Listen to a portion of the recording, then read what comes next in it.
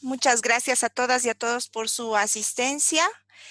Primero agradecer su presencia y de las personas que hoy comparten su voz, ¿no? Desde su experiencia y conocimientos, y a quienes, pese a estar segura que no necesitan ninguna introducción, presentaré en breve.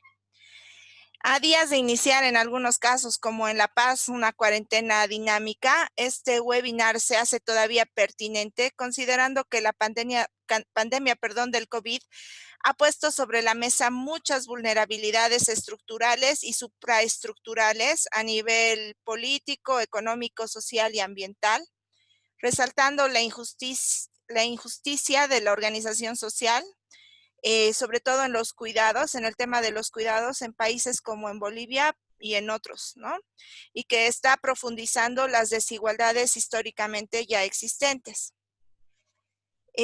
Frente a la recomendación de la OMS o la Organización Mundial de la Salud y la Organización Panamericana de la Salud de mantener el distanciamiento social que fue normada por varios gobiernos, por lo menos 37 alrededor del mundo, voy a leer un párrafo que ellos han escrito y cito, ¿no? Se ha incrementado la carga de trabajo relacionada con el cuidado y la atención a las personas, cuya respuesta debería ser colectiva, ¿no? Como señala la Comisión Interamericana de las Mujeres, esta sobrecarga, a la que además en la mayoría de los casos se le pone un rostro femenino, se hace más evidente y todavía cruda en hogares con mayor vulnerabilidad, aquellas que están expuestas a situaciones de pobreza, en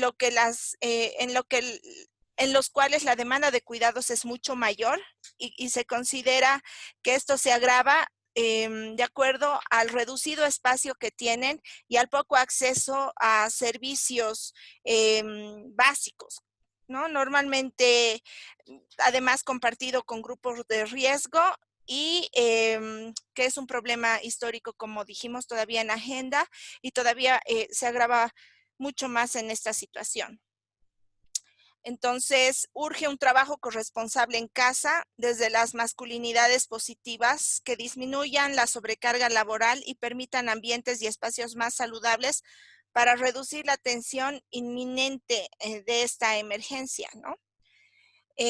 Al 19 de mayo, los datos del SECASEM informaban que las denuncias por violencia familiar llegaban a 1,370 casos reportados y, como ven en el mapa, 12 feminicidios en Bolivia, ¿no? Esto sumado a que en el periodo de la cuarentena se potencia aún más la dificultad de denuncia, que ya de lo que ya se tiene en un tiempo de normalidad, y lo que hace pensar que este número de casos puede ser mayor. Me refiero a casos no reportados, sumados a la capacidad de respuesta que también fue reducida durante la emergencia sanitaria. En este sentido, este webinar busca analizar los efectos y los desafíos que nos plantean la crisis de los cuidados, las masculinidades y la violencia de género en un contexto de distanciamiento social por el COVID-19 y propone un espacio de reflexión y de análisis que nos permita amplificar la conciencia, la percepción y nuestra capacidad de análisis sobre la situación actual y las estrategias o respuestas que son necesarias frente a esta crisis desde la acción del Estado, la sociedad civil y otros actores privados. Ahora bien, este es un webinar colaborativo y quiero mencionarles a quienes estamos hoy aquí y hemos sumado esfuerzos para realizar estas presentaciones, ¿no? Entonces voy a empezar con UNITAS, que es una red nacional que articula a 22 organizaciones que trabajan por el desarrollo de Bolivia, fundada hace 44 años. Busca contribuir a la participación organizada de los movimientos y organizaciones sociales en los procesos de desarrollo local, regional, nacional y global, para gestionar y fortalecer la protección y el ejercicio de sus derechos y el mejoramiento integral de las condiciones de vida. También fortalecer la efectividad de las asociaciones como actores en el desarrollo para facilitar la coordinación estratégica y la interlocución con el Estado y con la cooperación internacional en torno a políticas de desarrollo, derechos humanos, y promover un entorno favorable para el trabajo de las organizaciones de la sociedad civil en alianza con otros actores nacionales e internacionales que garanticen las condiciones adecuadas para aportar al desarrollo, a la vigencia de los derechos humanos y a la democracia. Además, se suma la Fundación Munasim Cuyaquita, que es una fundación que busca promover una comunidad organizada y protagónica en un proceso de inclusión de las personas en sufrimiento social, garantizando la seguridad y bienestar en el marco de los derechos humanos. Tiene la misión de apoyar procesos de inclusión social de personas en situación de sufrimiento social basado en la interacción participativa de la comunidad, que promueva además las condiciones de vida y políticas de atención y prevención necesarias. Trabaja en los programas que ustedes pueden ver, ¿no? Hay programa de prevención, programa de tratamiento comunitario, el programa de incidencia política y fortalecimiento de redes. Y Practical Action o Soluciones Prácticas, como es conocido, que es una organización internacional que desarrolla ideas ingeniosas con las personas que viven en situación de vulnerabilidad a la pobreza para que puedan mejorar sus vidas a partir de soluciones creativas, sostenibles y apropiadas. Nosotros trabajamos en 3 programas, en el programa de agricultura que funciona, de resiliencia que protege y de una energía que transforma, ¿no? Y tenemos 2 ejes transversales, que son los de cambio climático y el de género, en transición de un enfoque sensible a un enfoque transformador. Pero además tenemos la participación, impulso y colaboración de personas individuales y con ella iniciamos las exposiciones. Permítanme, por favor, presentarles a María Eugenia Rojas Valverde, que es activista y militante por los derechos humanos de las mujeres en Bolivia e Iberoamérica, es economista y cuenta con estudios superiores en desarrollo y una maestría en finanzas empresariales. Durante su carrera profesional, que ya va de más de 25 años, ha trabajado y aportado al análisis económico, político y social desde el enfoque de género y su transversalización y defensa y promoción de los derechos de las mujeres. Ha ocupado cargos directivos y coordinaciones de programa y proyectos a nivel internacional y a la transferencia de capacidades, facilitando múltiples talleres. Actualmente se encuentra promoviendo el análisis y abordaje de género desde la violencia basada en género, la conflictividad y la acción sin daño en el ámbito ambiental. Entonces, muchas gracias y bien, la crisis de los cuidados, masculinidades y violencia es solamente una parte, una tajada de la torta, ¿no? Porque se suman a la crisis la crisis de la salud y la crisis económica, es decir, tenemos una multidimensionalidad de crisis actualmente que estamos, en la cual estamos inmersos y nuestros gobiernos, bueno, han dado más cabida, ¿no? Las políticas y las medidas han estado más orientadas a estas crisis de la salud y de la economía, ¿no? Y obviamente la crisis de los cuidados ha quedado un poco más invisibilizada como siempre, ¿no? Y eso es lo que vamos a un poco abordar en esta presentación. Y también tenemos que tomar en cuenta que los efectos y los impactos también de todas las medidas y todas las políticas que se tomen son diferenciados, ¿no? Las crisis afectan de manera diferente tanto a hombres como mujeres. Partiendo obviamente de las desigualdades de género y considerando también las brechas, ¿no?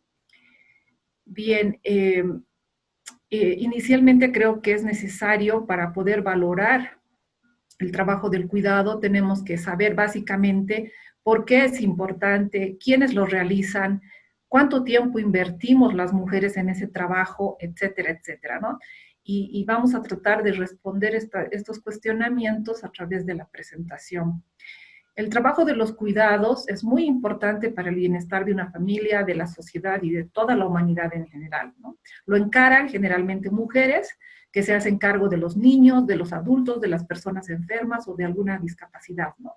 Es importante tanto para el propio sistema económico, aunque este sistema, ¿no?, capitalista, patriarcal, no reconoce el aporte desde las mujeres, ¿no? Es decir, no se encuentra en las cuentas nacionales, no se lo contabiliza desde el Producto Interno Bruto, ¿no? El tiempo para el cuidado se encuentra en desigualdad y fuera de control, ahora más que nunca en el marco de la pandemia y del COVID. Obviamente, el COVID ha venido a sumarnos muchísimas más cargas horarias y muchísimas más actividades dentro de la casa, ¿no?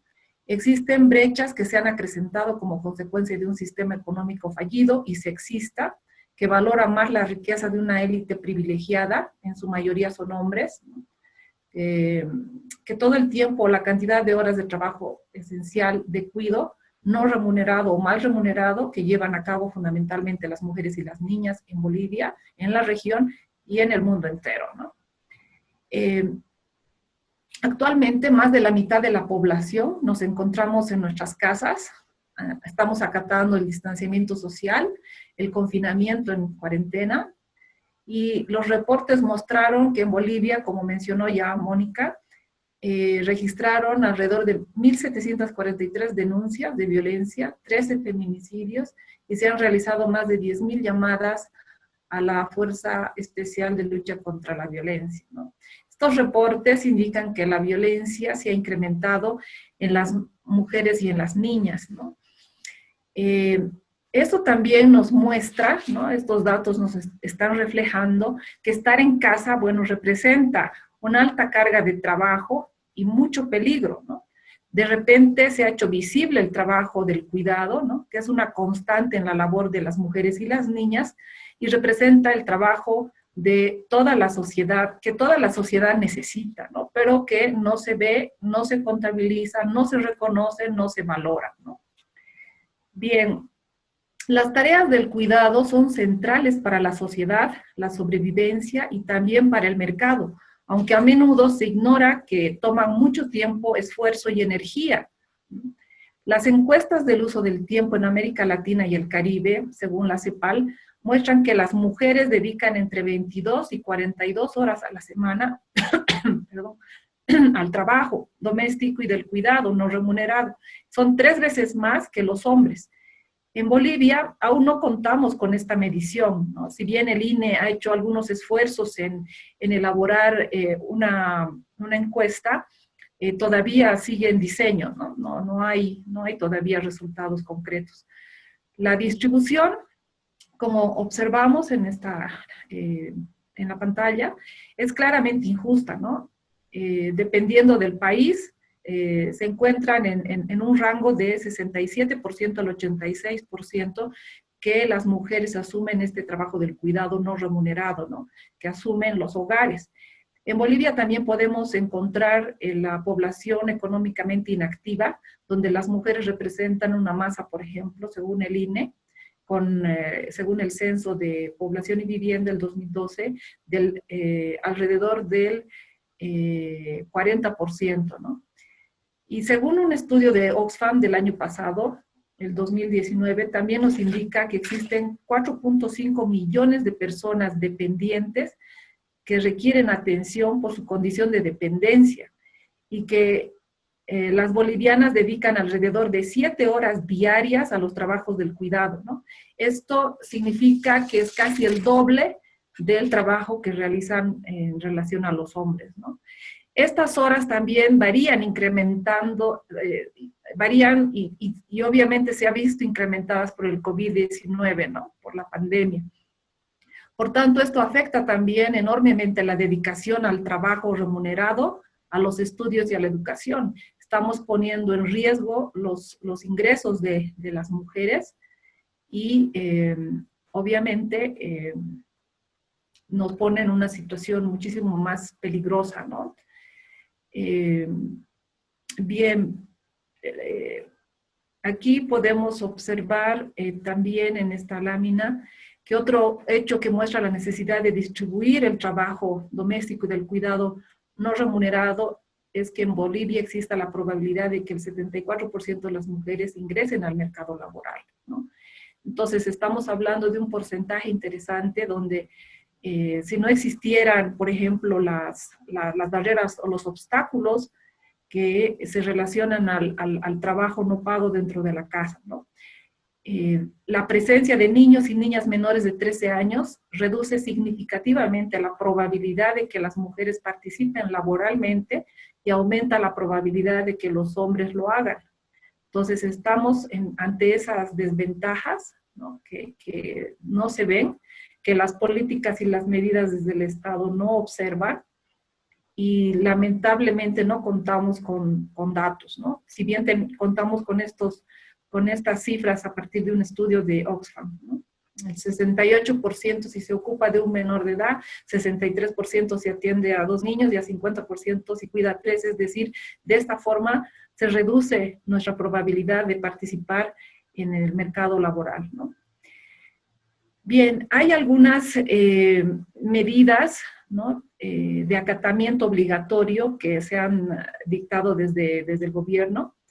Y también, obviamente, no solo en Bolivia, sino a nivel global, ¿no? El quédate en casa, por ejemplo, ¿no? Es una de las políticas para frenar el contagio muy pertinente que han tomado muchos países y otros no, como Suecia, por ejemplo, y ha sido con suspensiones de clases, ¿no? Con 37 países de la región, entre ellos Bolivia. También estos datos son de la UNESCO. Nos dice que son 113 millones de niñas y niños adolescentes, que necesitan ahora acompañamiento educativo y de otro tipo, ¿no? Durante 24 horas al día. El confinamiento ha eliminado la división entre lo público y lo privado y se compaginan ahora de forma simultánea en el hogar. Imagínense la cantidad de horas que necesita invertirse para el cuidado, ¿no? Y las tareas domésticas. Si a ello unimos las necesidades extras, por ejemplo, de limpieza doméstica, más el constante lavado de manos que implica la lucha contra la pandemia, las horas que dedicamos a la búsqueda de agua y al trabajo doméstico se multiplican aún más si consideramos, por ejemplo, que el 13% de los hogares no cuentan con agua y saneamiento básico dentro del hogar y en las zonas rurales, ¿no? Esto se duplica a un 25%, como es el caso de Bolivia, ¿no? Que se encuentra entre el 80% que sí cuenta con agua y saneamiento básico y el resto no. Y generalmente esto se da por las zonas rurales, ¿no? Es importante también tener en cuenta el diseño de políticas para las mujeres que tienen e implica mucho mayor riesgo, por ejemplo, cuando aumenta sus horas de trabajo, ¿no? Las mujeres que viven en hogares sin acceso a agua potable dedican al trabajo doméstico y de cuidados no remunerados entre 5 y 12 horas semanales, más que las mujeres que habitan en hogares con agua, ¿no? Esto es según la data de la CEPAL. Casi todos los gobiernos de la región de Bolivia también han tomado en general medidas de higiene y confinamiento, ¿no? Que son centrales para enfrentar la pandemia. Estas han aumentado el trabajo del cuidado que realizan las mujeres y las niñas. Es un trabajo invisible, como si no existiera, no ocupara nuestro tiempo, esfuerzo y energía, ¿no? No se han aplicado en general medidas para ayudar a distribuir o a minorar la sobrecarga del trabajo, de las actividades que se encuentran en las espaldas femeninas y que son las que tenemos que soportar las consecuencias de la pandemia y sus crisis, y sin apoyo ni medidas ni políticas del Estado o medidas colectivas, ¿no? Entonces aquí podemos observar, por ejemplo, que otra de las medidas que se ha tomado es el teletrabajo, ¿no? Y que de la misma forma tenemos que convivir de nuestras casas de forma simultánea con el resto de los otros trabajos domésticos y de cuidado, ¿no? Esto, obviamente, como ya hemos mencionado, nos pone en una desventaja bastante grande, ¿no? Dado por los roles asignados de género, y esto posterga nuestras metas de productividad, ¿no? En el trabajo pago, remunerado, que muchas mujeres también lo asumen. Y obviamente nos hace ver como seres abstractos que no que no somos vistas, que no se visibiliza.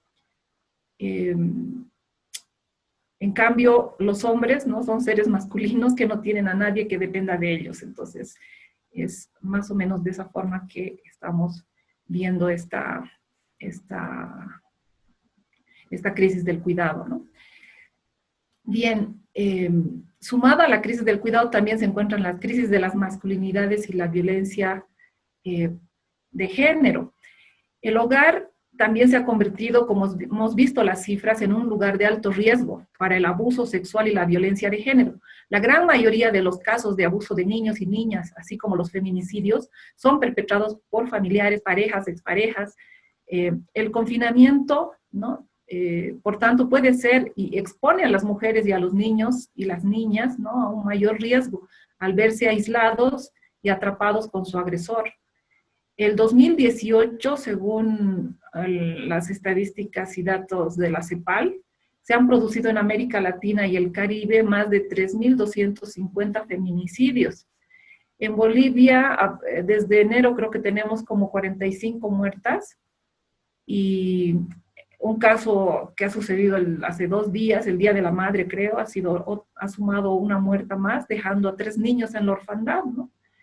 Entonces, este aislamiento, ¿no? Este confinamiento y distanciamiento social puede profundizarse, ¿no? Debido a la obligada suspensión de actividades económicas, de ocio en el espacio público, y aunque afecten de igual medida, digamos, a hombres y mujeres, lamentablemente puede ser peor encaradas por los hombres, a quienes se ha enseñado que su espacio es más bien el público y el privado, o que el privado, perdón, y en el actual contexto de emergencia aumenta el riesgo de violencia entre las mujeres y las niñas, ¿no? En contra de ellas, debido al incremento de las tensiones en el hogar y al posible mayor aislamiento de las mujeres, ¿no?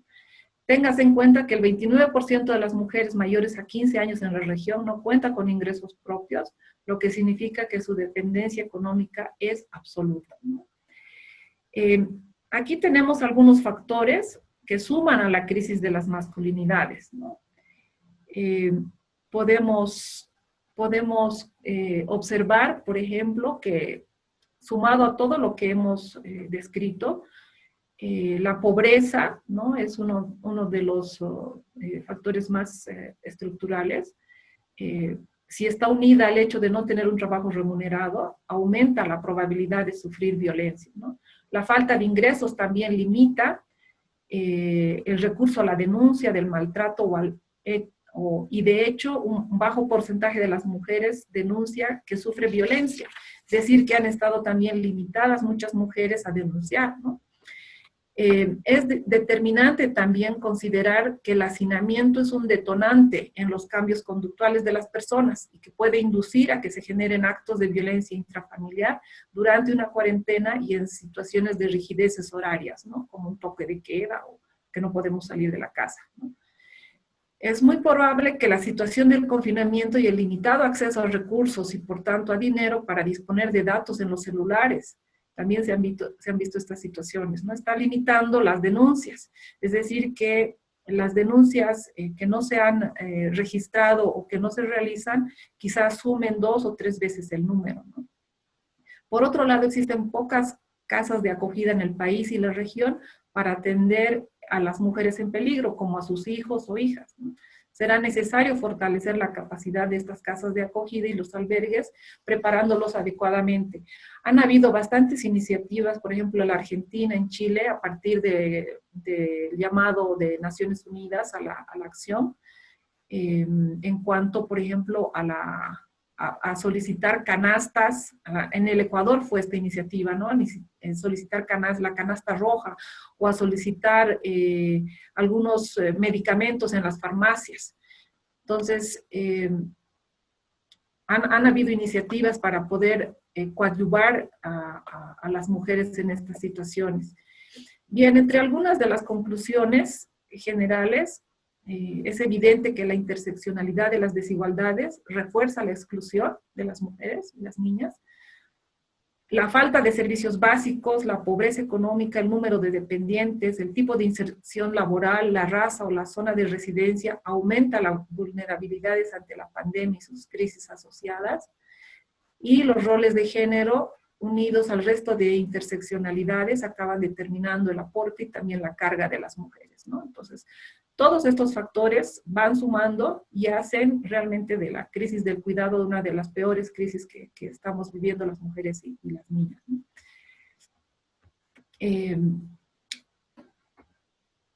Tengo un par de recomendaciones más. No sé si estoy todavía bien en tiempo, Moni. Sí, puedes hacerla rápidamente. Ya, voy a terminar con algunas recomendaciones. Señalando que durante la emergencia es necesario que se tomen medidas que aborden las desigualdades de género, ¿no? Sanitarias, de protección del empleo, de ingresos, de subvención a las empresas. No olvidemos que las mujeres nos encontramos en el mercado informal con las micro y pequeñas empresas. Representamos el 70% justamente de este ámbito. Medidas educativas, tributarias y de gasto público, ¿no? Estas medidas deben incorporar propuestas que ayuden a reducir y transformar o como mínimo no aumentar las desigualdades que ya vivimos las mujeres, ¿no? Las políticas y medidas que se evalúen deben tener en cuenta cuáles serán las consecuencias sobre las mujeres migrantes, las trabajadoras domésticas remuneradas, las trabajadoras del sector de la salud, las cuidadoras, las trabajadoras informales y también aquellas que trabajan de manera no remunerada en los hogares. Y finalmente es fundamental, si se quiere asegurar una lucha efectiva contra la pandemia, será la reorganización, la visibilización y valorización de los cuidados, sean remunerados o no. Solo la corresponsabilidad asumida por todas las organizaciones y por todos los estamentos del Estado, de los hogares, de las empresas, y dentro de los hogares se destaca que los hombres, ¿no? Los hombres también asuman su grado de corresponsabilidad. De esta forma se podrá realmente asegurar que la crisis multidimensional que plantea el COVID-19 no profundice las brechas, ¿no? La pandemia pone sobre la mesa la urgente necesidad de priorizar lo público y lo colectivo ante muchos de los retos que enfrentamos. Lo privado, el mercado y la individualización de las soluciones no son eficientes ni justas para afrontar la pandemia. Se necesita mirar que el trabajo del cuidado, el trabajo doméstico, es la base de la vida y de la sobrevivencia de todas las sociedades en general, ¿no? Y quisiera cerrar diciendo que este mensaje, que es importante que el tiempo de las mujeres no se convierta, como ha sucedido a lo largo de la historia, en un factor de ajuste del que los estados disponen para afrontar la crisis y los nuevos escenarios económicos. Muchísimas gracias. Muchas gracias, María Eugenia. Coincidimos en que se deben abordar ahora más que nunca las desigualdades y diferencias basadas en roles de género, y que justo en un momento en el cual se logra visibilizar, ¿no? O sea, se logra, porque es un logro que este trabajo que siempre ha sido invisibilizado se visibilice como nunca en la historia, se refuerce más en las brechas de género. Y ahora quiero presentarles a Iris Baptista, ¿no? Ella es feminista, educadora popular, defensora de los derechos humanos, activista en la prevención de la violencia de género. Tiene como profesión abogada, ¿no? Y experiencia en procesos de formación y monitoreo que incorporan el enfoque de género y los derechos humanos de las mujeres en las instituciones y organizaciones vinculadas con el desarrollo, ¿no? En las organizaciones matrices hasta las instituciones que se vinculan con el proceso de desarrollo. Es parte de varias redes regionales, nacionales y globales vinculadas también a este tema, y actualmente es coordinadora dentro del equipo de la red UNITAS, es coordinadora del programa Equidad para el Desarrollo. Entonces, Iris, yo sin más te cedo la palabra. Entonces, yo voy a compartir un poco qué es lo que está pasando ahora con la violencia de género, pero para decir esta reflexión es entender que la violencia de género es una manifestación de desigualdad, ¿no?, que tenemos en la sociedad, es una manifestación de subordinación, de relaciones de poder que se dan entre hombres, entre mujeres, y que se ejerce en un sistema, en un espacio donde las mujeres están siendo violentadas sistemáticamente, de forma continuada, y por qué no decir bajo estrategias que diseña un sistema, ¿no? Un sistema patriarcal en el que vivimos, un sistema que se combina también con un sistema capitalista, y juntos logran realizar, o sea, un andamiaje, ¿no?, de incursionar en modelos y mecanismos de este sistema, que son mecanismos de dominación. Entonces, voy a partir de ese punto de que vivimos en un sistema de dominación que subordina, ¿no?, y ejerce violencia de género contra las mujeres. Esa violencia, o sea, es ejercida desde distintos frentes.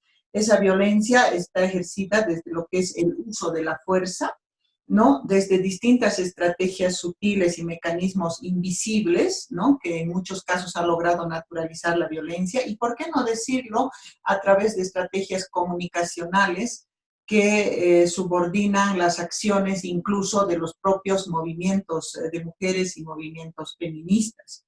Permea, ¿no?, este sistema de dominación ha permeado nuestras culturas, ¿no?, ha logrado establecer patrones perversos de violencia dentro de las propias culturas, ¿no?, y es respaldada por un sistema político,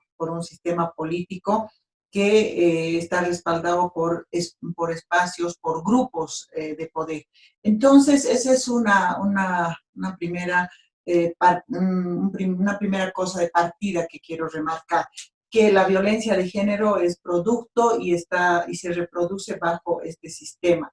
Además, este sistema no solo subordina, discrimina, excluye a las mujeres con distintos patrones, así como también María Eugenia ha señalado, ¿no?, sino también trata de generar complicidad del oprimido, en este caso de las oprimidas, bajo distintas sutilezas, ¿no?, para ver que así siempre ha sido. Hay frases que usan las mujeres violentadas, otras mujeres también que muchas veces, o sea, asocian a esto y dicen, así siempre será en mi vida el tema de la violencia. Y así poco a poco se va naturalizando.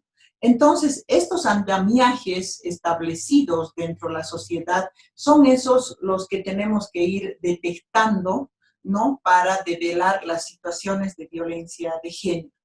Esos mecanismos responden a grupos económicos, y es por eso que muchas situaciones de violencia de género contra las mujeres en estos tiempos se dan por rasgos económicos. El subempleo, la informalidad, ¿no?, el tener a muchas mujeres desempleadas ahora a causa de la pandemia, de estas medidas de emergencia, como son las trabajadoras del hogar, son casos así lacerantes de violencia de género. Entonces, lo que tenemos que ver es ir analizando qué está pasando con las mujeres hoy día y ver que estos mecanismos y estos andamiajes son perversos. Por otro lado, el tema de la religión, también esta subordinación, y lo digo así, yo veía algunos memes que daban y decían, para no pelear en la casa hay que estar callada, hay que aguantar, ¿no? Y eran mensajes que iban dando en algunos grupos. Entonces, esas son acciones, casos que se han dado como violencia de género.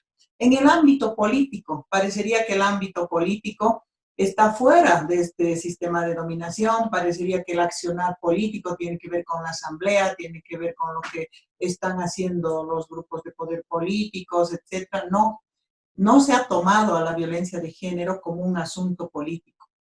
Y esa es una cuestión muy dura. ¿Por qué? Porque es un asunto político, porque tiene que ver con un sistema que nos está oprimiendo, y nosotras, desde los movimientos feministas, desde la lucha de las mujeres, se tratan de hacer acciones contestatarias a ese sistema político.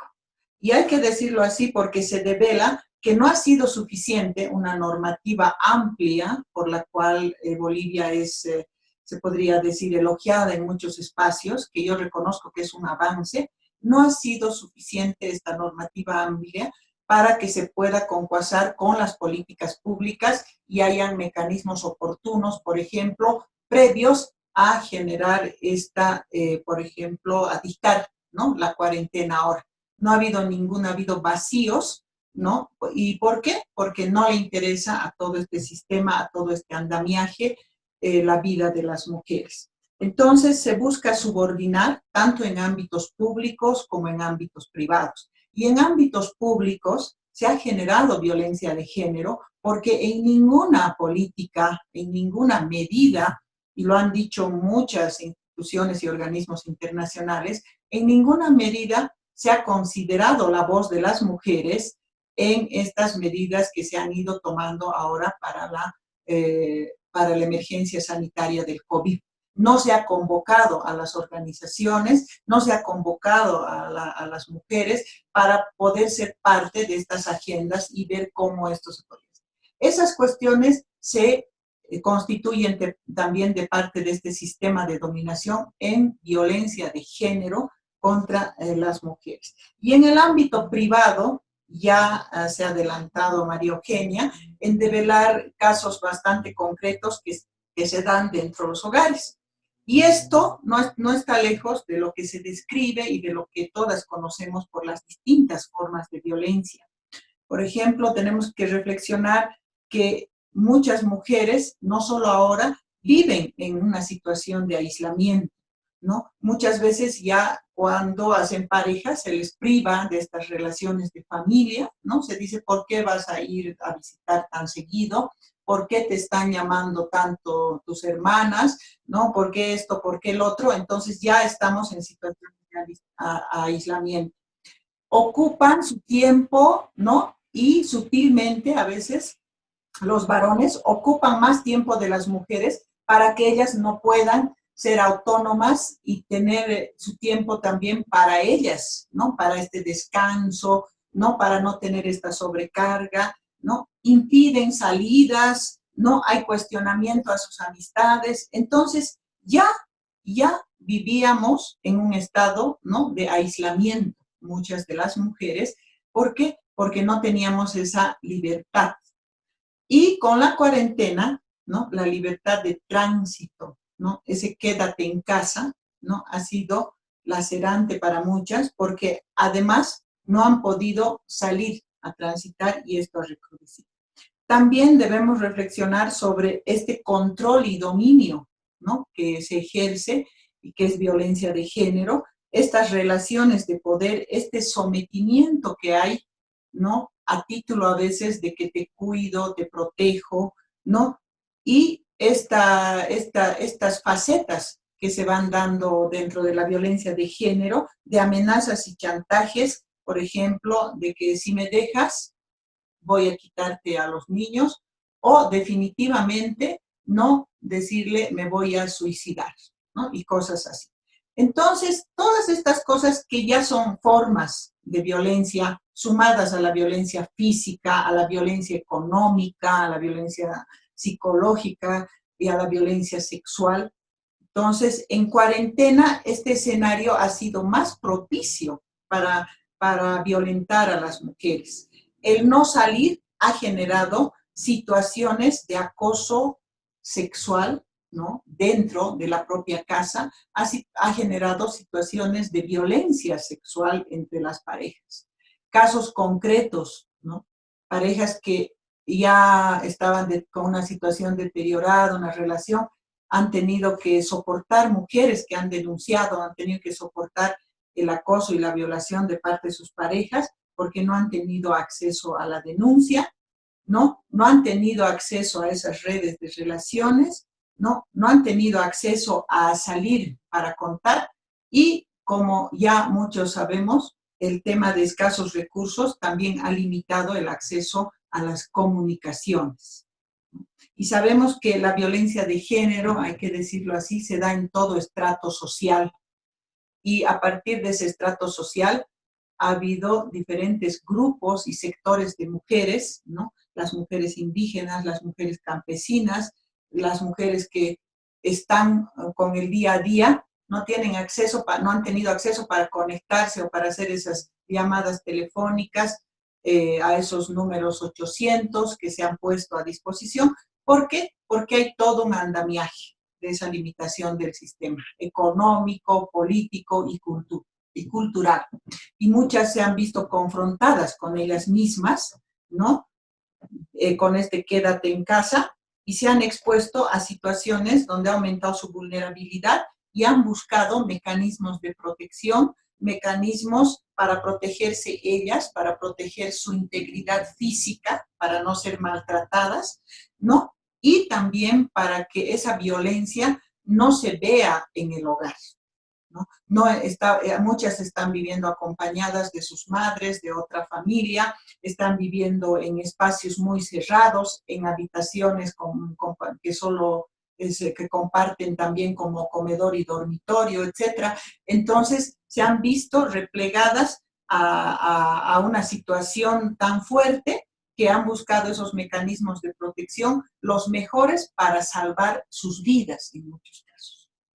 Y sobre esto es que se bordean y se dan estas cifras que ya han mencionado ustedes, ya son 14 casos de feminicidios durante la cuarentena. Ayer el DNI lanzaba los casos y son 27 infanticidios que se dan y ya estamos llegando a 47 feminicidios en Bolivia en este año.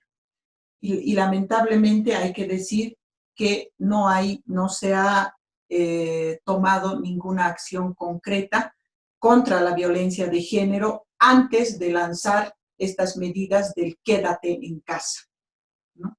Entonces, el Estado, ¿no? Las instancias de gobierno, ninguna de ellas no ha previsto ninguna estrategia, ¿no? Para esta agenda, esto que es la emergencia sanitaria del quédate en casa.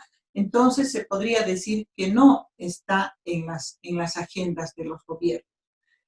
En cuanto a las redes de denuncia, evidentemente nos preocupamos mucho que hayan estas redes de denuncia y se amplifiquen.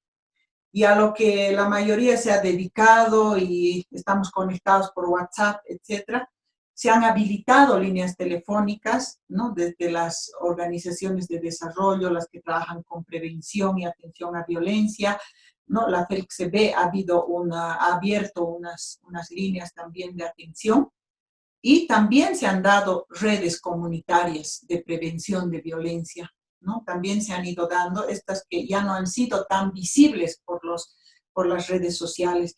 También se han dado redes familiares de prevención de violencia. También han estado las amistades, las amigas, las personas conocidas, la gente de confianza, como una red de prevención, ¿no? Y es lo que no está visibilizado, se podría decir mediáticamente.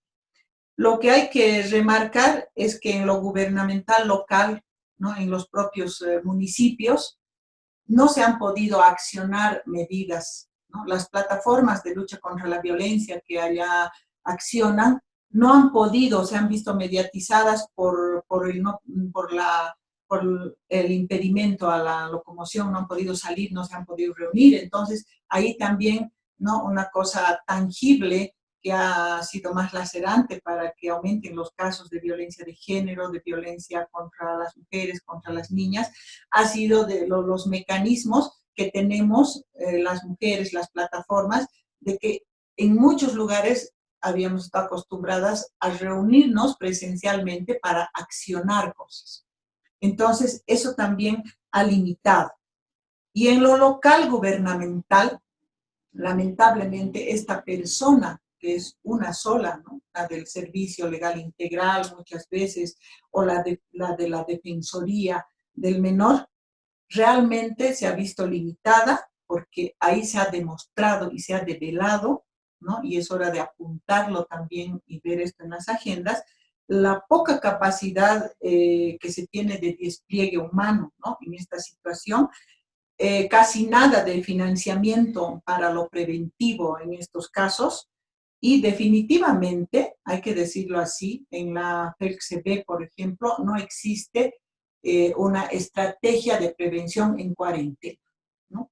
Entonces, no se ha previsto ninguna política pública. Los mecanismos que se han ido instalando de avance para la implementación de las políticas públicas de lucha contra la violencia han quedado cortos, ¿no? A nivel gubernamental, ¿no? Tenemos un plan de lucha contra la violencia, pero que estaba previsto para otro tipo de escenario. Y no se han reunido estas plataformas que con gran esfuerzo se intentó articular, creo, el año pasado a nivel gubernamental. Creo que no han tenido la menor intención también desde niveles gubernamentales de prever estos aspectos que se van presentando. En este caso, yo creo que la cuarentena ha reflejado que la violencia de género, ¿no?, es una violencia que está presente. Los casos no han disminuido, ¿no? Los casos están ahí, ¿no? Las mujeres se han visto limitadas, ¿no? La violencia extrema se ha dado. Hemos tenido casos graves como el de Yapacaní, ¿no?, donde se ha dado violencia contra la mujer y la violación a esos menores, ¿no? Y los casos de feminicidio que son totalmente lacerantes. Con esto no bajamos del ranking, y hay que decirlo así, seguimos siendo en Bolivia el segundo país en América Latina que abanderamos esta violencia de género y la violencia contra las mujeres. Entonces, no hay una corresponsabilidad, no hay una mirada política de la violencia de género. Entonces, es importante ya, como conclusiones, decir que es inaceptable, no es negociable.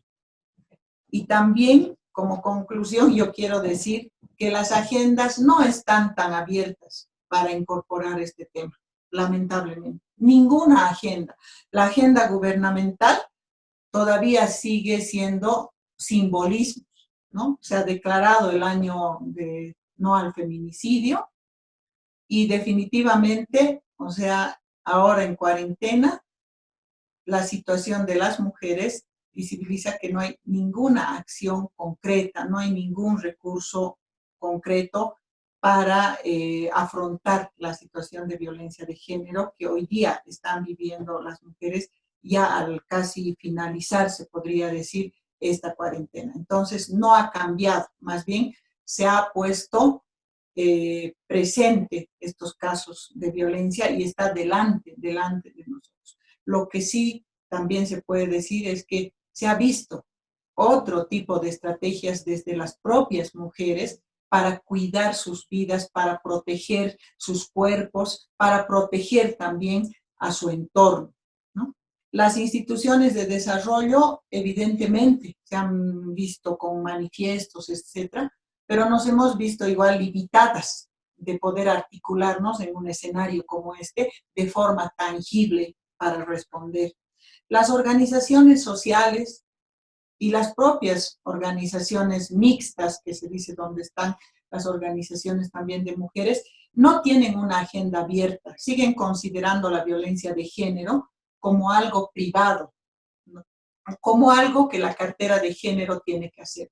No es una cuestión política, no es una cuestión de cuestionamiento al sistema, al patrón establecido, a ese establish, sino sigue siendo más privado. Entonces, los movimientos sociales no incorporan dentro de sus demandas este tema de la violencia de género, pese a que lo tienen en sus propias casas.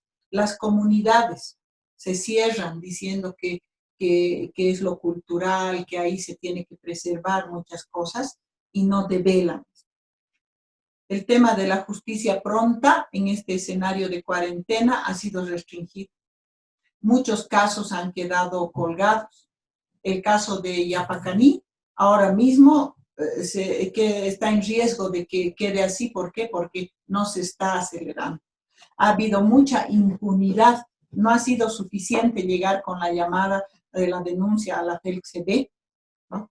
los tribunales no han establecido un canal así virtual para atención de casos de violencia, ¿no? Eso es una expresión así lacerante de decir que no le importamos al sistema judicial a las mujeres. Entonces, ¿cómo se va a poder atender? Los operadores de justicia no están capacitados en la dimensión de ver que este es un problema sistémico. La policía, ¿no? El Ministerio Público y las autoridades originarias todavía tienen un sesgo de género al implementar, al asumir estos casos y están prejuzgando muchas veces y además no pueden dejar de lado la naturalización de la violencia y se dejan llevar por patrones establecidos. En concreto, muchas y muchos somos cómplices todavía de este sistema de dominación. Entonces, ya para ir cerrando, yo creo que así como recomendación y como producto de este tiempo que estamos viviendo y que nos enseña, yo creo que podemos recoger, sería importante, y dar oportunidad de amplificar la voz de diferentes sectores, ¿no? La voz de las propias mujeres que han diseñado otro tipo de estrategias para ser contestatarias al sistema, no solo para defenderse de sus parejas, no solo para decir basta la violencia, sino también para dar oportunidad de poder rearmarse, de poder sentirse mejor. Aunque yo sé que muchas de las mujeres que han diseñado estrategias dentro de sus hogares, enfrentando la violencia de género, el acoso sexual, incluso muchas que han sido violadas por sus propias parejas en esta cuarentena, yo creo que ahora van a tener la oportunidad de tal vez compartir, ¿no? Y poder reflexionar sobre estas estrategias, cosas que son muchas veces invisibles para el Estado, invisibles para aquellos grupos de poder. Entonces, otro tema es que tenemos que aprender ahora a sacar de las oficinas, ¿no? De nuestros escritorios y ver qué otros planos y qué otras dimensiones también nos espera para poder trabajar contra la violencia hacia las mujeres. El Estado tiene que desburocratizar el manejo de la violencia. La normativa no es suficiente, tenemos que ver. Y también tenemos que ver que las discusiones teóricas que nos alimentan bastante, ¿no? Tienen que bajar, tienen que ver que necesitamos nutrirnos de esas cosas con estrategias diferenciadas. También una recomendación es dejar de lado ya los simbolismos, esos hacen daño, porque con una declaración nacional, ¿no? Con un eslogan, no se frena la violencia. Tienen que ser cuestiones más tangibles, ¿no? Es recoger estas experiencias contestatarias al sistema que se han ido dando ahora de algunos colectivos, de algunas activistas, ¿no? De las propias mujeres desde sus casas. Entonces es importante poder recoger esto ahora, hoy día, en los propios municipios, en las propias organizaciones, ¿no? Debatir y poner en agenda esto.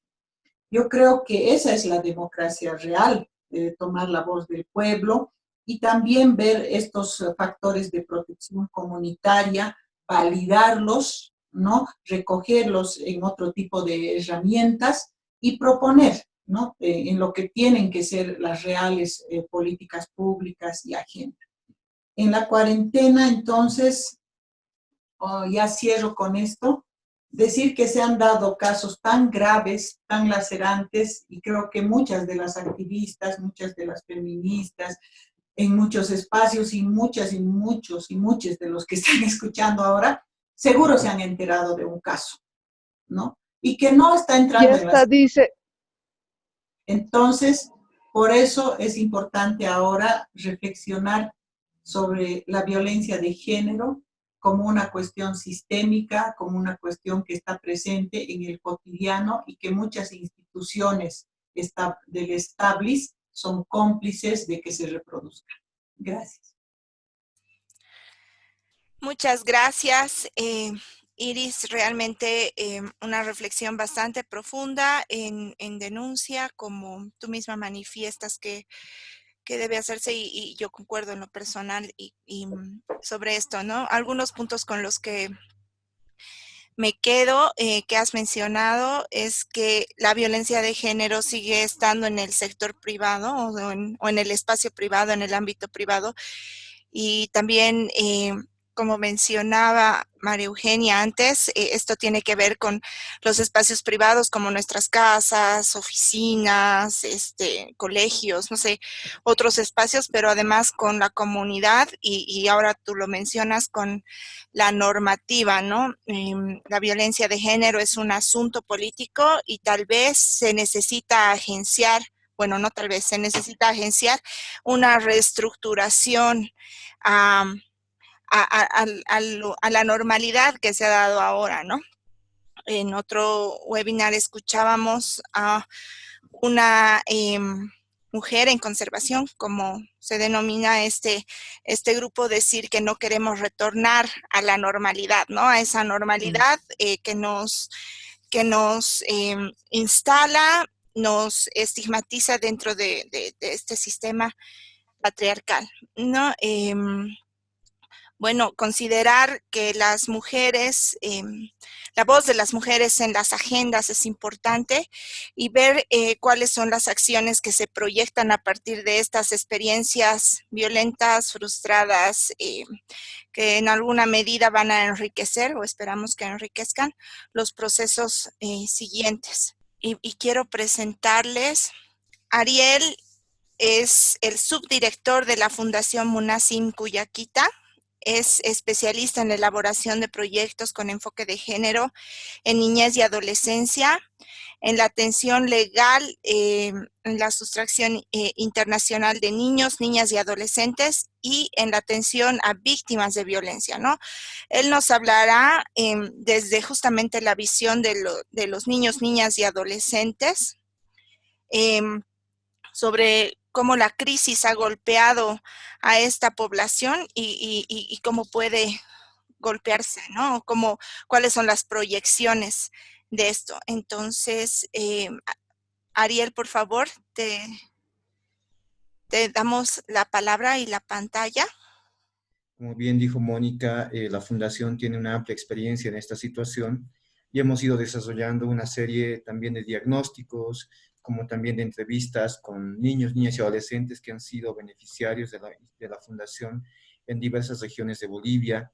Como también toda esta etapa de cuarentena, hemos estado en constantes actividades para ir mitigando ciertas situaciones muy complicadas a nivel de acceso a alimentos, acceso a materiales de bioseguridad, ante todo de población altamente vulnerable, en este caso niños, niñas y adolescentes, aquellos que estaban en situación de calle, como aquellos que estaban en hogares transitorios, o niños y adolescentes que viven con cáncer, ¿no? En esta situación es necesario hacer un panorama global. Como bien dijeron mis antecesoras, pues bueno, es una situación muy compleja la que conlleva el tema del COVID-19 y la pandemia mundial. Pues bueno, desde UNICEF y Save the Children, en la actualidad estiman que existirá un aumento de la pobreza, en especial que afectará a niños, niñas y adolescentes, en especial en Europa y Asia Central, con una alza de un 44%, y acá en la región de Latinoamérica y el Caribe se estima que existirá un 22% del incremento de pobreza. Si hacemos un análisis de esta situación, obviamente acá se puede evidenciar en una simple lectura que Europa y Asia van a ser los más afectados, y no es tanto así. Debido a que ya Latinoamérica antes del COVID-19 ya presentaba bastantes complicaciones en el tema del acceso a diversos servicios y también el incremento de la pobreza ya se había dado hasta el 2019. Entonces, haciendo un mayor análisis de esta situación, podemos evidenciar que Latinoamérica y el Caribe van a ser las regiones más afectadas por el COVID-19 y en la actualidad vamos viendo de que el foco de contagio a nivel mundial es Latinoamérica. Ante esta situación, la CEPAL, el 2019 la CEPAL efectúa una evaluación de Latinoamérica y en específico de Bolivia hacen una estimación en base a los últimos censos que se han efectuado y estiman que en Bolivia existen 11.300.000 habitantes, de los cuales 3.900.000 viven en condiciones de pobreza, o sea, un 35%. Si hacemos el análisis de este dato que les reflejo en la pantalla, con un incremento del 22% ya de los habitantes que tenemos, entonces de estos 11 millones vamos a tener a 2.486.000 habitantes que debido al COVID-19 van a estar en situación de pobreza. Pero ya aquellos que estaban en situación de pobreza, 35% en 2019, van a agudizar sus condiciones. Y esto nosotros lo hemos visto en el trabajo de campo que hemos ido efectuando en toda esta cuarentena, familias que no tenían acceso a alimentación, peor aún, a implementos de bioseguridad. Por ejemplo, el caso más complicado actualmente que tenemos en las áreas urbanas es el de Cochabamba, en la zona sur, porque ellos no tienen acceso ni a alimentos ni a agua, porque es una región que carece de esta situación. Entonces, en total, este 2020, debido a la pandemia, vamos a tener casi un 57% de población que va a estar en los márgenes de pobreza en Bolivia. Y ante esta situación, obviamente, son muchas las personas afectadas, en este caso, los niños, niñas y adolescentes. Y cuando hacemos un análisis respecto al tema del COVID-19, cómo les va afectando esta situación a ellos, vamos evidenciando que evidentemente existe en toda la región de Latinoamérica un incremento de casos de niños, niñas y adolescentes contagiados por el COVID-19, a diferencia de otras regiones. Esto conlleva varias situaciones. Por ejemplo, hasta antes que llegue a Latinoamérica el COVID-19 se tenía el mito de que esta pandemia no afectaba a los niños, niñas y adolescentes, quienes tenían mayores defensas. Era la información que nos llegaba por redes sociales, como también por la OMS y la OPS. Pero cuando llega a Latinoamérica, vamos evidenciando un incremento de niños, niñas y adolescentes contagiados por el COVID-19. Pero el riesgo está en que ya en Latinoamérica, antes de que llegue el COVID-19, ya teníamos altos niveles de desnutrición de niños, niñas y adolescentes, como también enfermedades de base y ya epidemias que eran regionales, como el tema de lo que ha reaparecido el sarampión, como también el dengue. Y obviamente esta situación va a afectar a nuestros niños, niñas y adolescentes, porque en un estudio que hicimos como fundación, tomamos en cuenta 950 niños, niñas y adolescentes, tanto de La Paz, Santa Cruz, Cochabamba y Tarija, donde tenemos intervenciones con distintas comunidades o barrios. En este sentido, cuando hacemos la sistematización de estos datos, nos sorprende un dato muy alarmante, que de estos 950 niños, el 25% en la etapa de cuarentena, ojo, en la etapa de cuarentena, solamente se alimentan una vez cada 2 días. O sea, esto implica de que existen 237 niños de la muestra que hemos tomado que solamente se están alimentando una vez cada 2 días. ¿Y esto a qué se debe? Como bien mencionaron mis antecesoras, debido a la improvisación de las acciones que se han tenido en esta etapa de cuarentena, donde se ha restringido la movilidad y la mayor parte de estas personas con las cuales trabajamos se dedican al tema del comercio informal, o sea que que tienen un ingreso diario máximo de 50 bolivianos, y con esos ingresos ellos antes de la cuarentena se proveían de alimentos, los utilizaban para pagar sus pasajes, sus alquileres y demás. Pero en la etapa de cuarentena toda esa situación se ha cortado. Y eso ante todo afecta a nuestra niñez y adolescencia. Y obviamente esta situación de que se alimenten una vez cada 2 días va a incrementar los grados de desnutrición.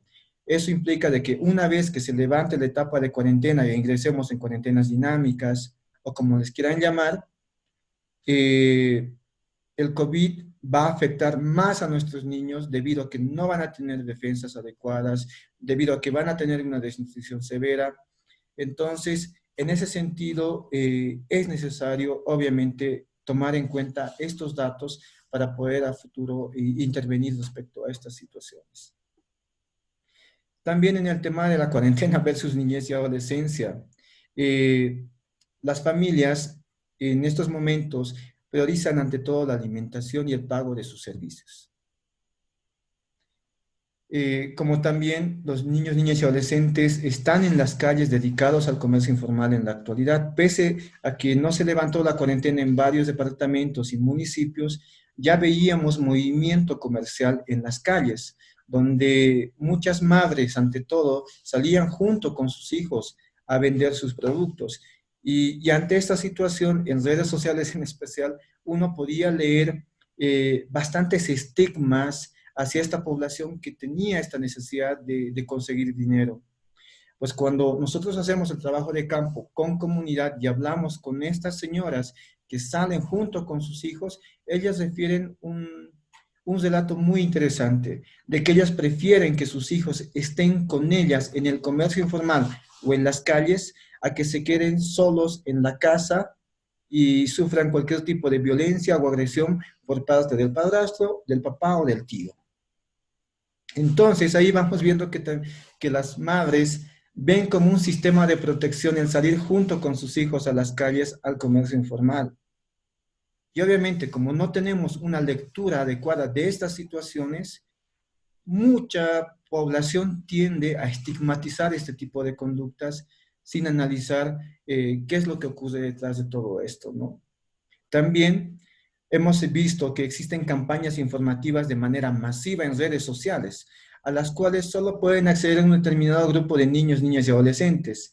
Hemos visto concursos, hemos visto consejos sobre el tema del cuidado en la cuarentena, la comunicación, etcétera, etcétera.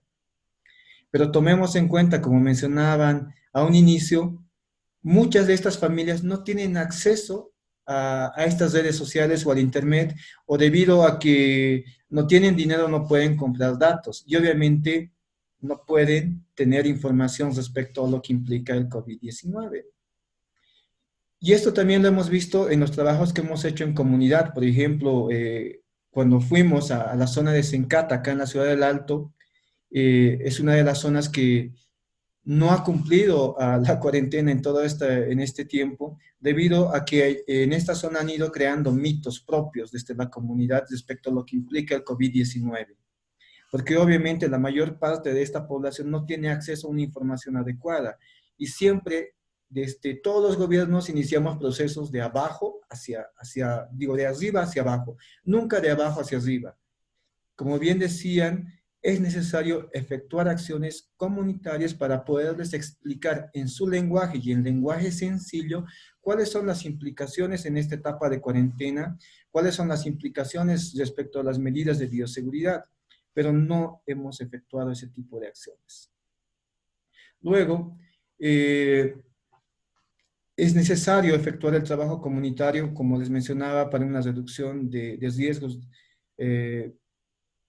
porque en la construcción de estas acciones tienen muy buenos resultados.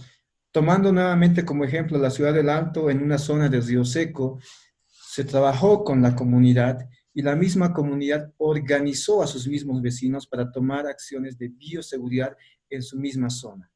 Y no era necesario que esté la policía, no era necesario que estén los militares, sino la misma comunidad regulaba el accionar de sus mismos vecinos. Bolivia tiene esa riqueza de construcción desde las bases sociales, pero si no sabemos explotar aquello, obviamente no vamos a tener muy buenos resultados. Luego, la otra situación alarmante es que las medidas de bioseguridad se constituyen en la última necesidad de las poblaciones vulnerables. Y acá les vuelvo a dar otro ejemplo. Por ejemplo, este barbijo, antes de la cuarentena, tenía un costo de 1 boliviano o 80 centavos en la farmacia. Ya en la etapa de la cuarentena subió a un costo de 2 bolivianos a 2.50.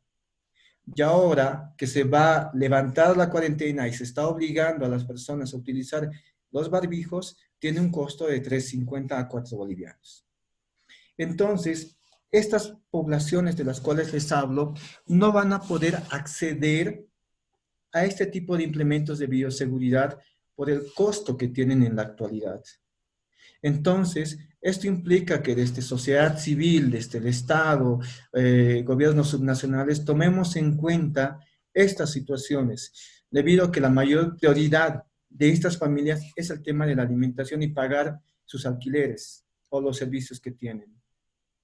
Es con lo que nos hemos topado en las calles y cuando hemos hablado con la comunidad, entonces ellos nos decían que era imposible comprar un alcohol en gel o era imposible utilizar este tipo de implementos de bioseguridad.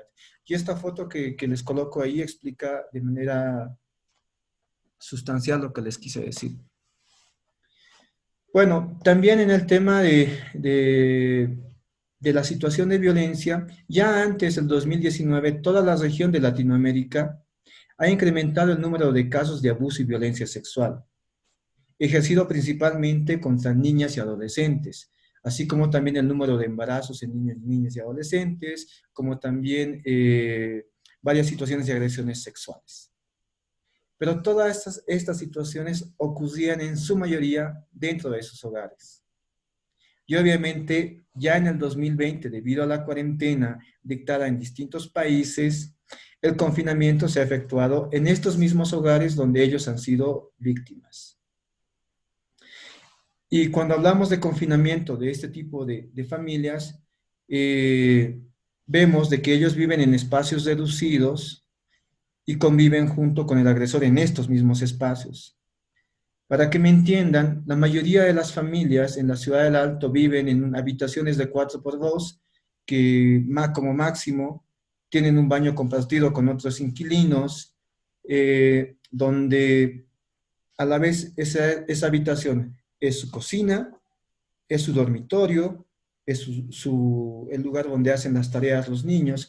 Pero imaginen toda una familia de 5 personas, o 6 o 7 incluso, viviendo en una habitación de ese tipo. Y todavía confinados o en cuarentena, ¿no? Sin que puedan salir. Obviamente las situaciones de agresión se van a incrementar y hay un alto riesgo de agresiones sexuales. Como ya lo han mencionado, se han incrementado los casos de feminicidio, infanticidio y agresiones sexuales. También existen un incremento de mayores condiciones de vulnerabilidad y riesgo de niños, niñas y adolescentes, siendo que estas situaciones de violencia han ido generando de que muchos niños, niñas y adolescentes salgan de sus casas y lleguen a la calle. Esto lo vemos en la Ceja del Alto, como en la ciudad de La Paz. Las mismas defensorías van atendiendo día a día estas situaciones. Y, por ejemplo, ya en Bolivia hemos tenido como 3 casos de venta de infantes mediante redes sociales.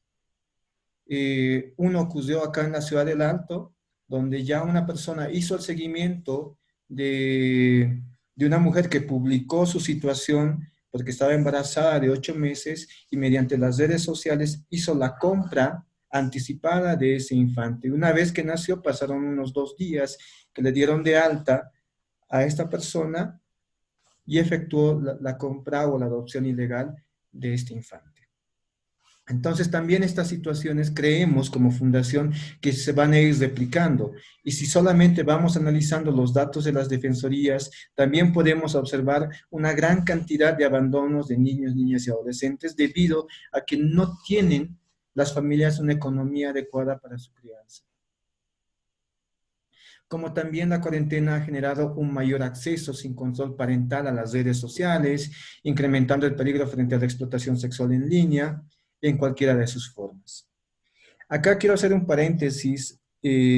También en este diagnóstico que estamos haciendo, hemos podido hacer un relevamiento y una investigación en las redes sociales como también en el internet y hemos visto que en Bolivia solamente en la etapa de cuarentena se han incrementado las páginas web que promueven actividades sexuales en línea.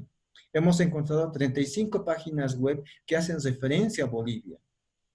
Cada una tiene entre 100 a 300 anuncios de servicios sexuales. Eso implica, si hacemos un simple cálculo, como 7,000 anuncios publicados en estas páginas, de los cuales el 25% refieren, entre comillas, tener 18 años. O sea, 1,750 personas refieren tener 18 años y ofrecen estos servicios de webcams, videollamadas mediante WhatsApp. Incluso hemos encontrado que muchas de ellas hacen acompañamientos en la etapa de cuarentena por 2 o 3 días a los clientes. Y las formas de transacción, obviamente como la criptomoneda o la moneda digital aún no es muy implementada en Bolivia, se hacen pagos por Money o por recargas de WhatsApp. Entonces, ahí vamos viendo que también la cuarentena va generando este tipo de situaciones, como también existen una gran cantidad de varones que están frente al Internet o usando el Internet.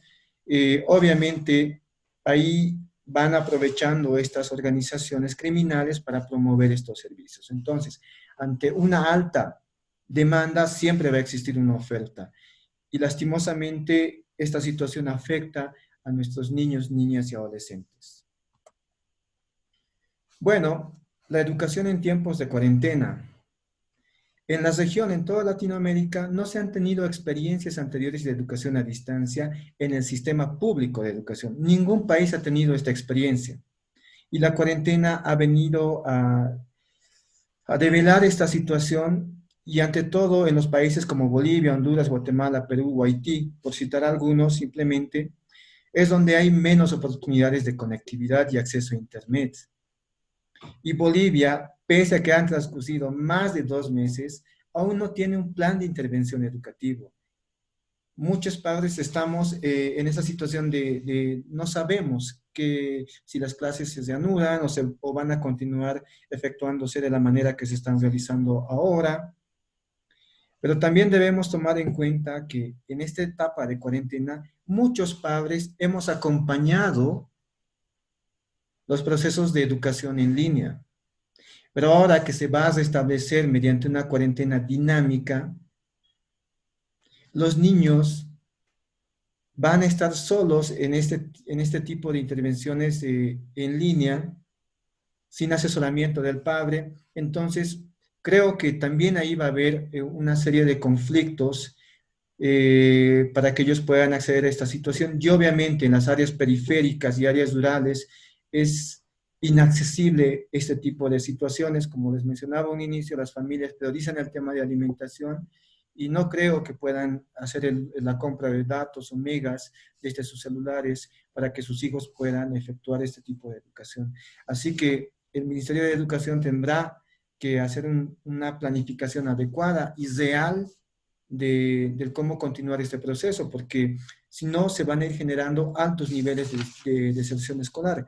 Y en este sentido, con el grupo que hemos hecho el diagnóstico de niños, niñas y adolescentes, de los 950, 294 ya no asisten, o sea, no participan en ningún proceso en línea, un 31%, debido a que no pueden acceder al Internet porque sus papás tienen celulares analógicos o porque no pueden comprar megas o datos.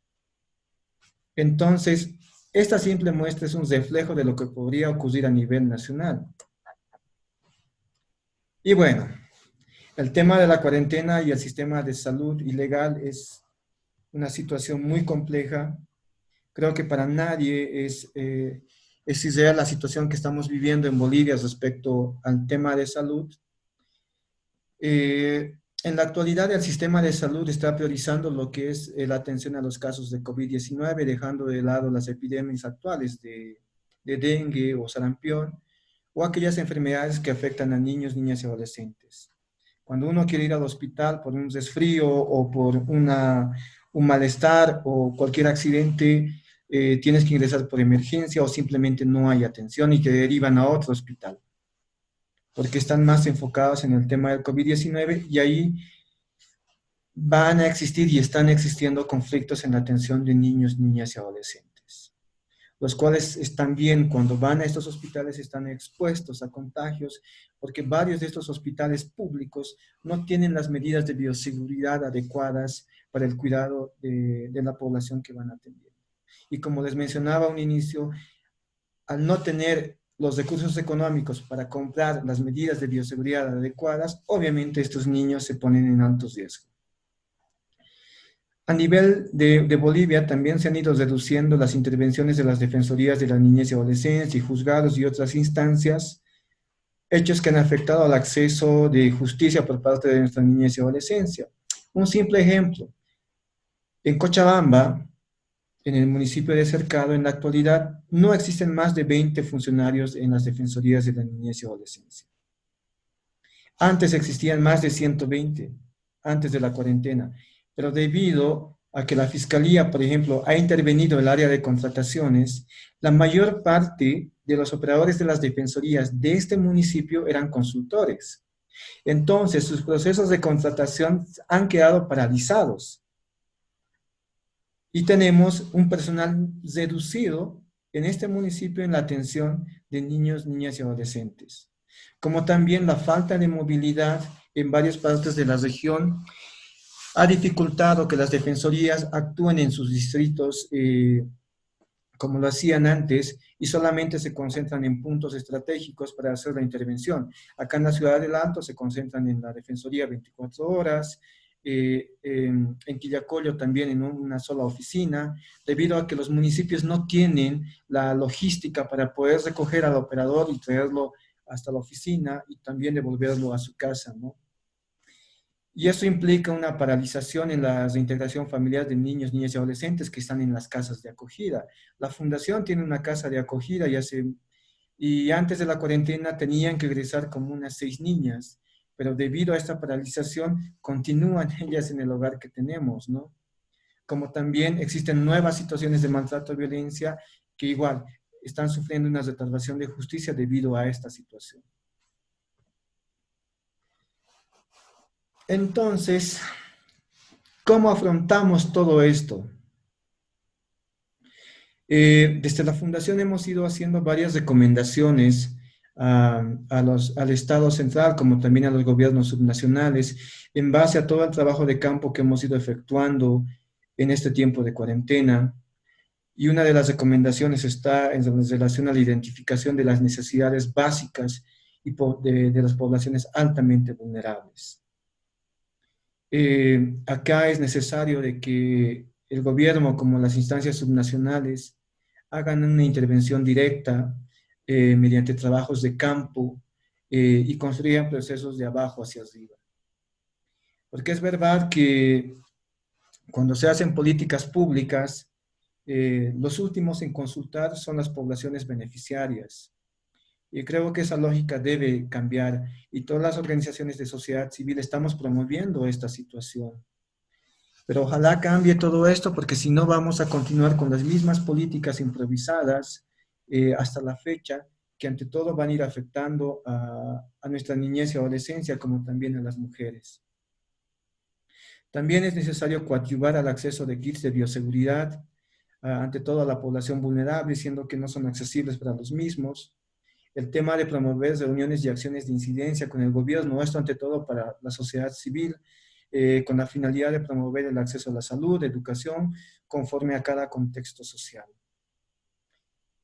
Ya en el tema de la post-cuarentena, sociedad civil le va a implicar bastante trabajo de incidencia para poder sentarnos en la mesa con el Estado y poder coadyuvar en mejorar lo que hasta la fecha se ha hecho, para que los apoyos, las donaciones o las ayudas lleguen directamente a las poblaciones beneficiarias. Como también desde sociedad civil tendremos la labor de buscar fondos complementarios a futuro que promuevan acciones de prevención del COVID-19 a nivel comunitario, porque se estima de que desde la OMS y la OPS de que Bolivia va a llegar a una cúspide entre los meses de julio y agosto, cúspide que va a ir bajando hasta el mes de octubre, pero va a haber un rebrote a finales de año. Entonces, esto no es solamente por este tiempo, sino tenemos que también ir pensando a futuro del cómo vamos a ir trabajando sin que tengamos que cometer tal vez los mismos errores que hemos cometido antes y con la finalidad de poder generar mejores condiciones de vida con las poblaciones que actualmente estamos trabajando. Ante esta situación, yo les invito a que puedan revisar estas páginas de ECPAT.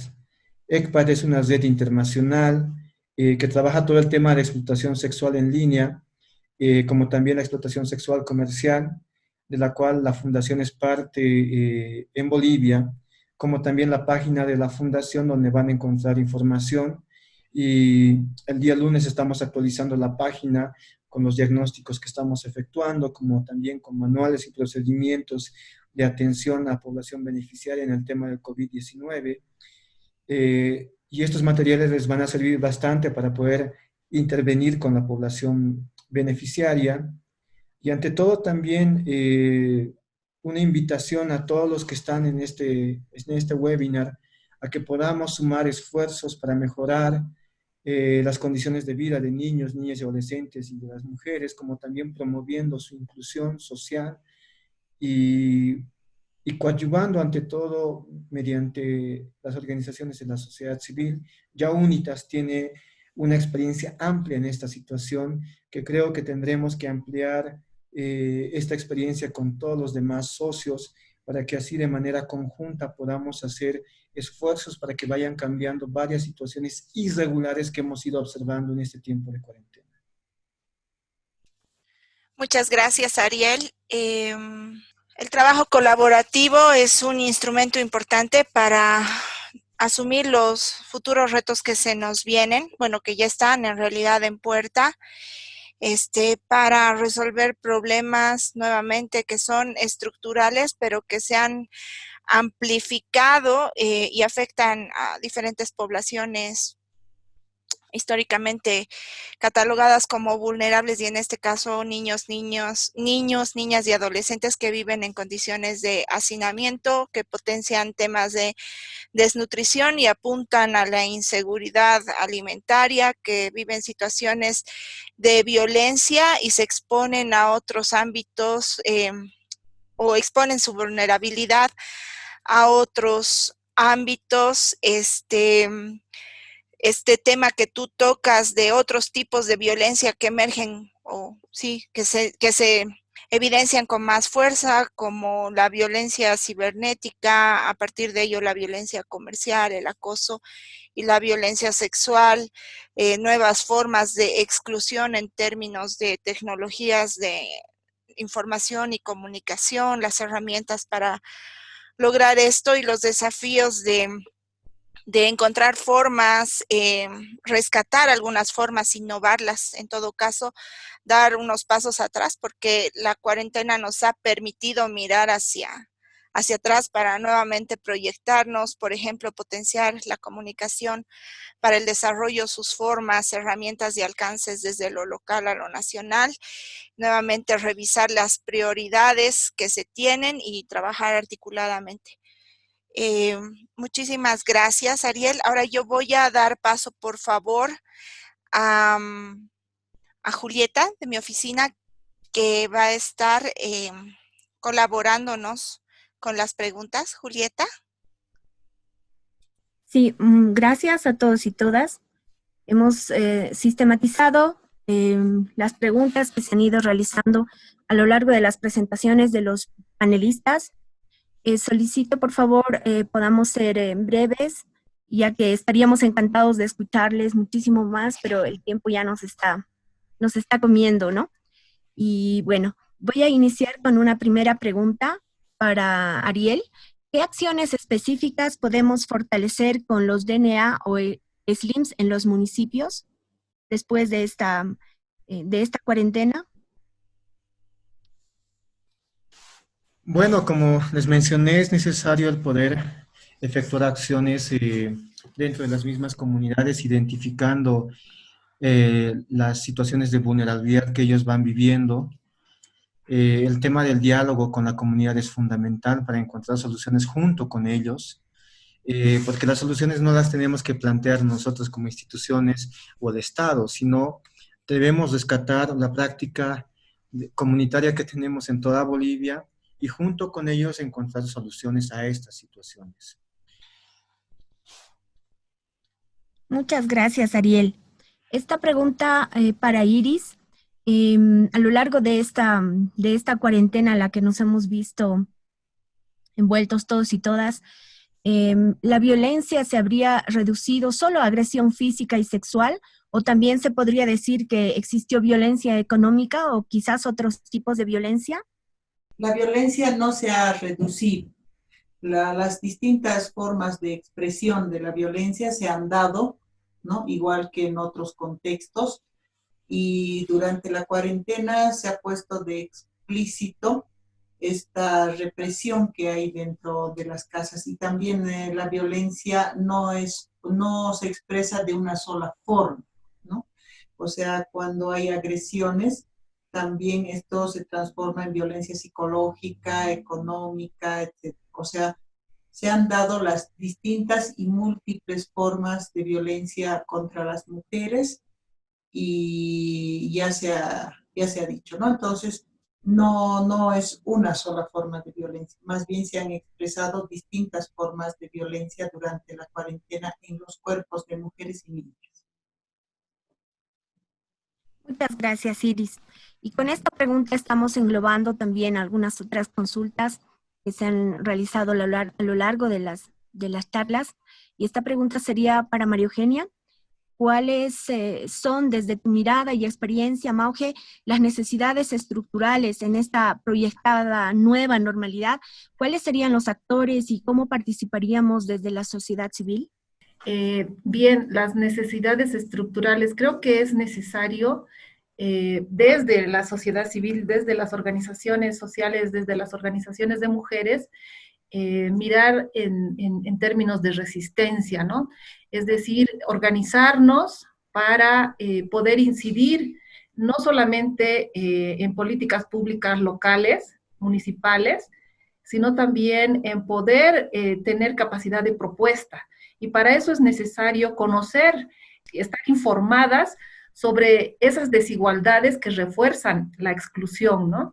Es decir, la falta de los servicios básicos, la pobreza económica, el número de dependientes, el tipo de inserción laboral que ya mencionábamos, ¿no? Dónde vivimos, cómo incrementan nuestras vulnerabilidades la pandemia, ¿no? Y todas las crisis que se encuentran asociadas, que también habíamos mencionado, la crisis de la salud, la crisis económica, la crisis de los cuidados que no está visible. ¿Cómo hacemos visible? ¿Cómo trabajamos desde nuestros territorios? Y aunamos estos esfuerzos para poder hacer esa resistencia, ¿no? Esa resistencia social a no volver a la normalidad, como decía Iris, como decíamos en toda la charla, no podemos volver a la misma situación, tenemos que tener claro cuáles son estas desventajas, cuáles son estas desigualdades y las brechas, ¿no? Entonces, necesitamos cambiar los roles de género y tomar en cuenta que los aportes que vengan desde la sociedad civil, desde la empresa privada o desde el Estado, vayan todas estas acciones a disminuir las cargas de las mujeres, ¿no? Que se encuentran justamente en nuestras espaldas y que vaya en beneficio no solo de mujeres y niñas, sino también de toda la sociedad en general, ¿no? Gracias. Gracias, María Eugenia, Iris, Ariel. Y bueno, cedería la palabra a Mónica para la clausura, por favor. Gracias. Si nadie, digo, ¿no? Iris, Ariel o Mauge no tienen nada más que agregar, podríamos cerrarnos sin antes agradecer su tiempo, su predisposición de aportarnos, como siempre, conocimiento, compartir con nosotros las preocupaciones y también hacer denuncias desde los sectores que nos involucran y nos ocupan o nos deben ocupar en la agenda que ya se estaba tratando, pero también en una a la que debemos aperturarnos, ¿no? Con la nueva normalidad, como se le llama ahora, y ver qué es lo que ya no queremos hacer o seguir haciendo. En este sentido, agradecerles a los tres y también a las y los participantes que nos han acompañado hoy, que han mostrado interés y se han también mostrado constantes durante estas casi 2 horas de webinar que hemos logrado y que agradecemos muchísimo. Gracias, Moni, gracias, Julieta, por la oportunidad y también el haber compartido la reflexión y el diálogo con Iris y el amigo de la Fundación. Gracias. Gracias, Mónica, y gracias a todos los que nos han escuchado, y que estas reflexiones, estas puntualizaciones, los datos nos lleven pues a, entre comillas, no ser cómplices de la reproducción de esta situación, y que veamos un poco ahora en el futuro, ya vayamos avisorando los impactos negativos que va a tener sobre nosotras, las mujeres, sobre las personas, todo este escenario de COVID que hemos estado viviendo. Y felicitaciones a Practical Solution, que nos da la oportunidad de participar en estos diálogos colaborativos. Y bueno, espero que este tipo de eventos continúen efectuándose debido a que son nuevos espacios de diálogo que se van abriendo, que hemos ido generando desde sociedad civil con la finalidad de que las personas que puedan asistir de manera gratuita y libre puedan entender con mayor claridad lo que está pasando en relación al tema del COVID-19 y a la situación de vulneración de derechos en Bolivia, ¿no? Así que muchas gracias y felicidades por este tipo de iniciativas. Gracias desde nuestra oficina, desde Practical Action, a ustedes por compartir con nosotros, y a todos y a todas, muy buen provecho. Gracias por acompañarnos.